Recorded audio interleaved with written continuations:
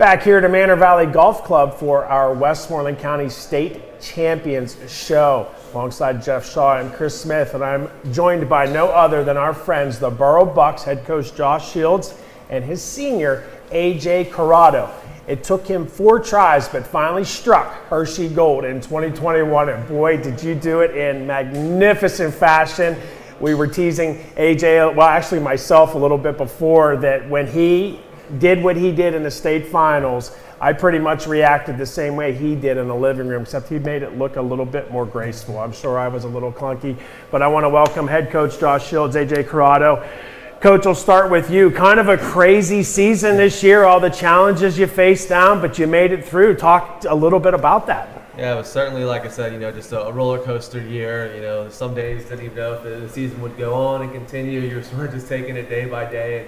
Every opportunity we got to practice, we just made the most of it, and just, like I said, only worrying about really what we can control, and that's preparing our team for, whatever the future holds.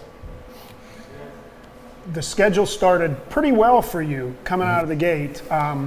Did you lose any matchups this season other than, I know where you're going to go with the one. Did you lose many matchups that you really wanted and look forward to having? And how did that work into your preparation after the year began?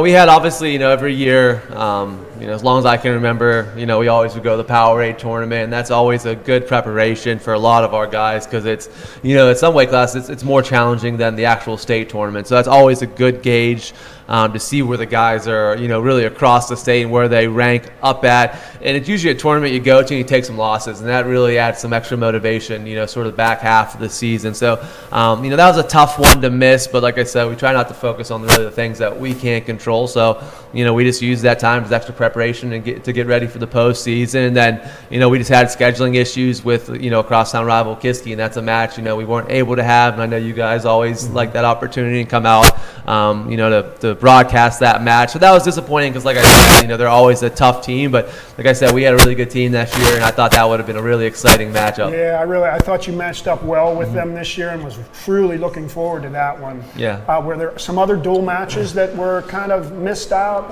Waynesburg. Yeah, we had the Waynesburg one. Once again, it just came down to scheduling with, the way the season was. We had a sort of condensed amount of time to fit in as many matches as we can, and obviously we're required to wrestle our section schedule, so those take priority over everything. And we just weren't able to get, like I said, that Waynesburg match into our schedule, and that's obviously unfortunate. They were hands down the best team in the state, and that's usually a match we open up our season with. So weren't able to have that, and like I said, you add in the Kiski and the PIAA tournament. But like I said, we were able to find ways to get some good competition. The one being, like I said, the Westmoreland County tournament's always a tough tournament for our guys to go to. So like I said, we were preparing, and like I said, luckily.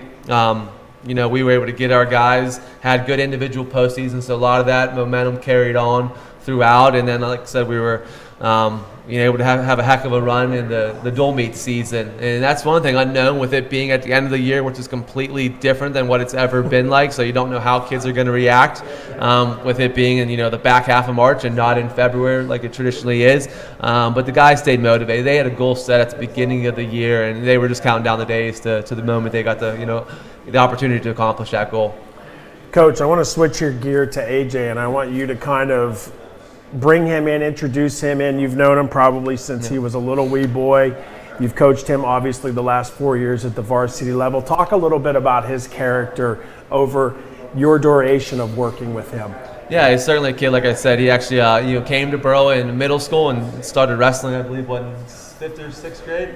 Yeah, my first year wrestling was in 5th grade. Yeah, so he's sort of started late compared to most kids. Usually start when they're 5 years old. But he's a kid that right from the beginning you could see he's a true athlete. He had a lot of skill that you can't really teach that he just naturally had. And usually when you get a kid like that and you get someone as competitive as AJ and it's someone that works as hard as AJ, we have a pretty good coaching staff, I'll say. Then we're able to mold those guys and then pretty good wrestlers. And he's a kid, a guy that as soon as he was in 9th grade, he set a goal of becoming a state champion.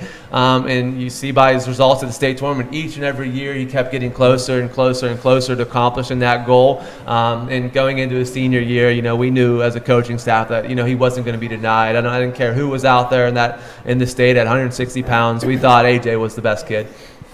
For sure, and I think to do it undefeated, really says a lot for the state of Pennsylvania. It's hard enough to win a state title, but to do it in an undefeated campaign, I think speaks a lot to you, AJ. AJ, welcome into the broadcast show. First, from all of us and everybody out there, congratulations. I've always been a fan of yours. I like your style of wrestling. You're a grinder. You get after it. You want to score points. And to watch what you did in the state finals, which is where I'm going to take us all right away because I'm burning to know the answer to this question. I wouldn't let them answer me when we were talking off air.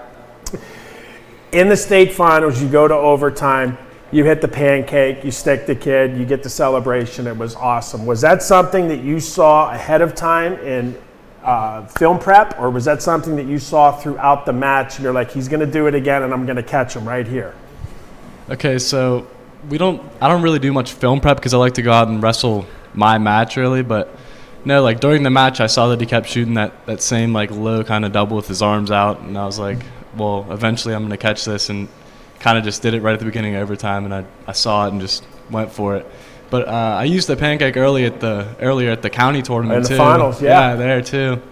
But yeah, that's a move that's always been in my arsenal, and it's, you just got to see it to know when to go. Now, which one of your coaches taught you the pancake? Because he needs credit for this. Well, this is a Coach Como. Okay, there you go, Coach Como Coach. move. Como pancake. Yep, the called Como the Como pancake. pancake. I renamed it the Corrado pancake. I said, bro, you Nice. handed it down. You taught it perfectly, and it got your man gold in the sweetest place on earth, man. It was so awesome. AJ jumps up. I'm jumping up. I have no idea where you ran, but there was no way I could run that far, so I cut out the running part of it. AJ, talk about your 4 years. You were 7th, 5th, 2nd, and 1st. Talk about that progression and how all of that accomplishment all the way through feels to you.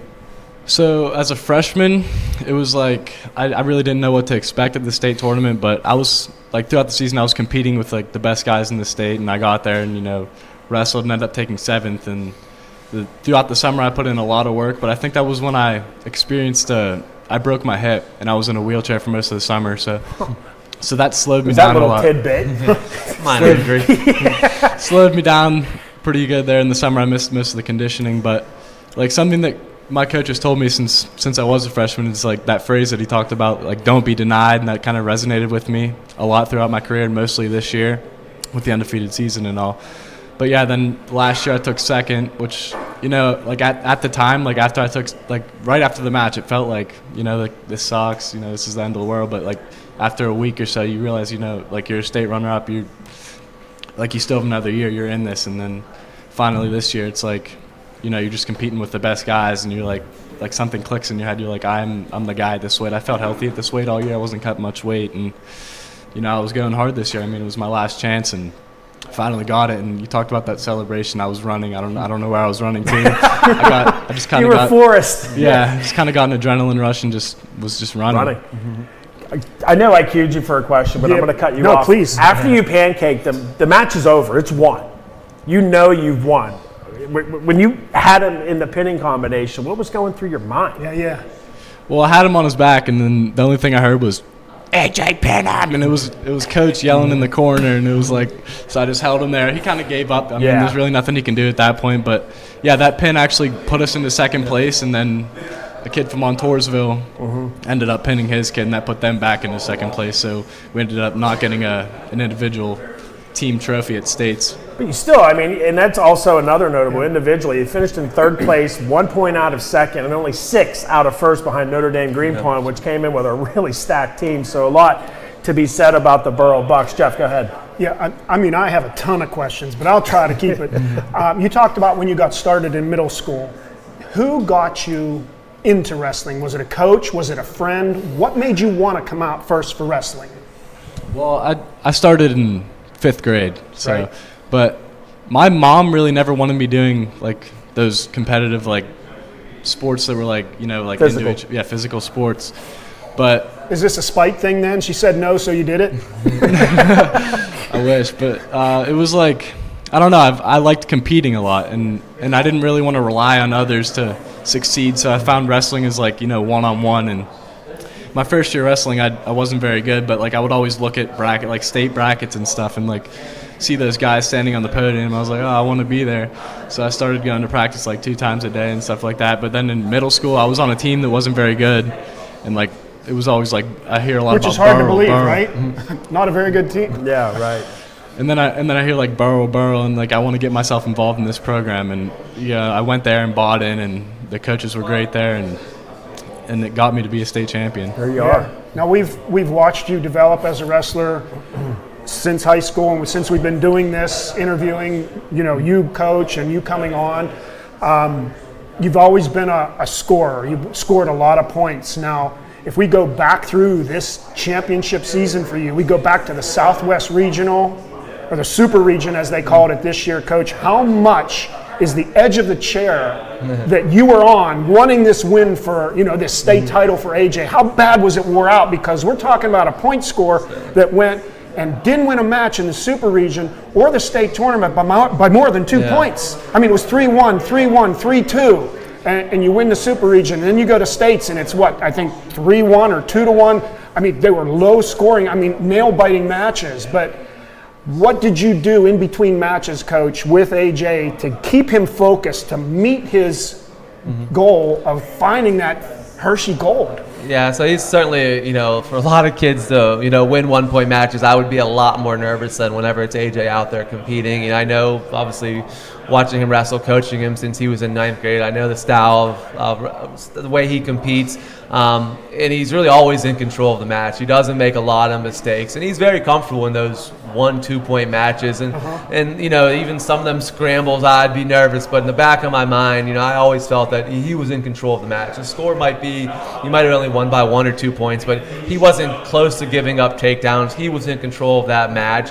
And these even times, like I said, he knew whether he had the choice in ultimate, sudden victory or not, where he could go down and escape regardless. So, he's a very intelligent wrestler on the mat. Obviously, going to Brown, so intelligent off the mat as well. But he was always in control of the match. He always was aware of the situation.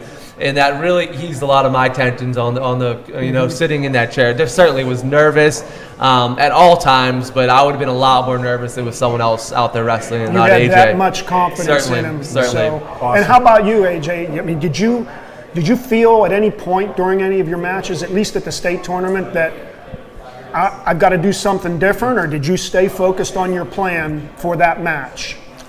I was really focused on my plan, like you said, but I feel like I do control the matches a lot. I trust my defense a lot. I trust that my coaches prepared me for the moments I'll be in and like the positions that I'll get into. But yeah, it's like if you only need to win by 1 point to win the match, wins the win.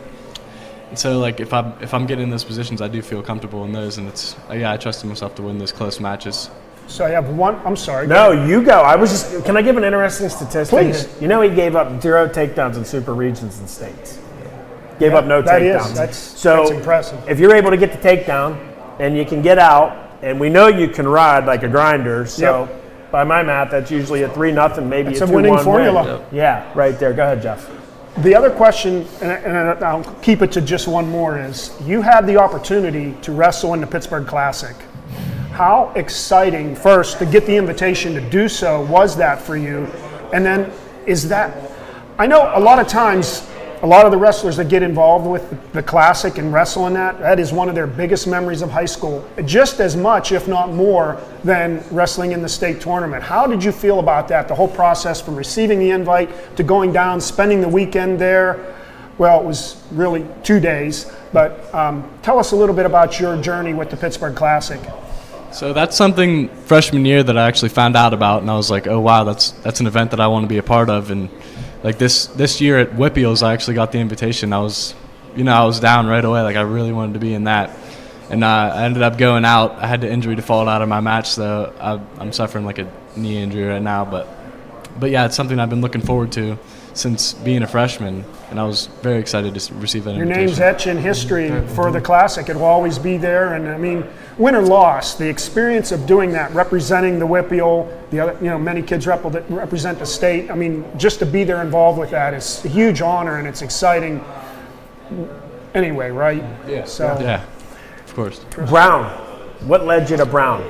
Great school, obviously, great academics, up-and-coming wrestling program. What led you there?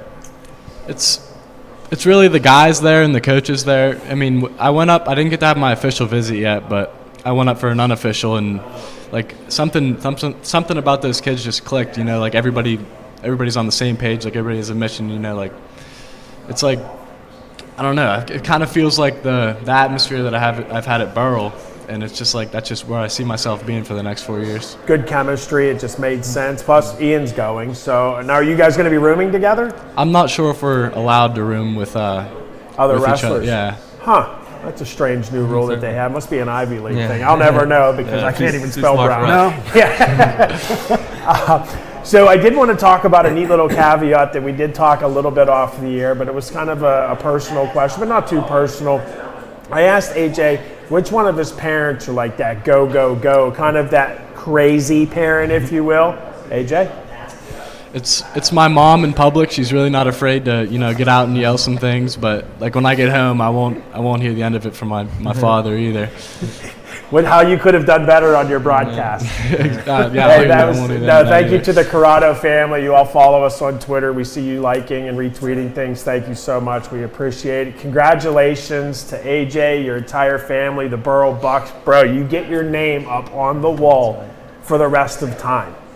That's going to be pretty cool, and I can't wait till next year. Will they have him back for like a homecoming whenever they hang it? Is that how they do it at Burrell? Yeah, we try to do something like that. Get the guy back. Obviously, him being up at school might be a bit different, but yeah, we'll definitely do something when get him honored for when his banner goes up. And really quick, I just want to talk about because we're way over our time. We've said 10 minutes with everybody. I think we're working on like a half hour right now. The team run. Yeah. You finished third in the individuals, and then, like you said, they did it backwards. Usually the teams are done before individuals. Some guys had dropped off because they didn't make it to the next week in individuals. Here come the Burrell Bucks out of nowhere. Wrestle a very tough Chestnut Ridge, who they lost to earlier in the season, beat them on criteria, make it to the state semifinals, almost beat Reynolds, and then end up finishing third. Talk about that run. Yeah, I mean, I think sort of when AJ was talking about his state finals match and, in overtime going for the fall and, hearing me scream, pin him. But that just tells you sort of the mindset he had when it always was team first. And then us accomplishing our goal of finishing third in the state would not have been possible with guys like AJ and Ian Oswald. Like I said, any good team has to have true leaders, on the mat, being vocal, but also leading by example. And if it wasn't for those two guys really rallying this team, getting them all on the same page, letting the team know that, hey, we are good enough to be one of the top 4 teams in the state. If it wasn't for their leadership, we wouldn't have accomplished our goals. Us as coaching staff could scream till we're blue in the face, but it really comes from the peer pressure of the guys being seniors to buy in and know that, hey, this is possible. And these are goals that, like I said, Ian and AJ had since they were in 9th grade. Told the reporter from the Valley News Dispatch after we finished third that the Sunday after we fell short of our goals, when AJ was a junior, him and Ian both texted me and said, I promise, Coach, next year we're going to accomplish our goals. We're not going to let this team down. We're going to go out with a state medal. And, since that moment, they got the team together and they rallied to accomplish our goals. Like I said, we had to go through a Chestnut Ridge team who was on fire, who's finished in the top 4 in the state for numerous years. To beat them on criteria was unbelievable. In our own gym. Yeah. You guys were there. You saw that broadcast. An exciting match, as I promised. Well, really, it might be the best match I've ever been a part of. I couldn't even watch Cole Clark get that pin at the end. I was in the corner because I knew that he had him on his back, and that's what we needed to win on criteria. And Barr. I couldn't even watch with time going out, and Damian Barr being the hero like he was sort of in the Whippeal match. Like I said, everything aligned. But that all falls back on guys like AJ and Ian on getting this team on the same page. We push these kids, we motivate these kids, but like I said, those are their brothers. And like I said, you guys, when it comes from those guys, that's when it really means something. That's what that little bit of extra to push those guys in those moments that Damian and Cole had. It certainly, that state medal, it certainly belongs to guys like AJ and Ian. Okay. That's head coach Josh Shields, his senior state champ, AJ Corrado. Congratulations to both of you. I really expected nothing less. This isn't a shock that they're sitting up here with us, trust us. But to the entire Burrell family, the Corrado family, your fans, congratulations. It was a great honor to be able to call AJ's matches and Burrell's matches, which I'm sure will be back in the gym next year. But we'll be back with our next state champ and our next head coach right after this on the Westmoreland County State Champs Show, presented by Manor Valley Golf Club.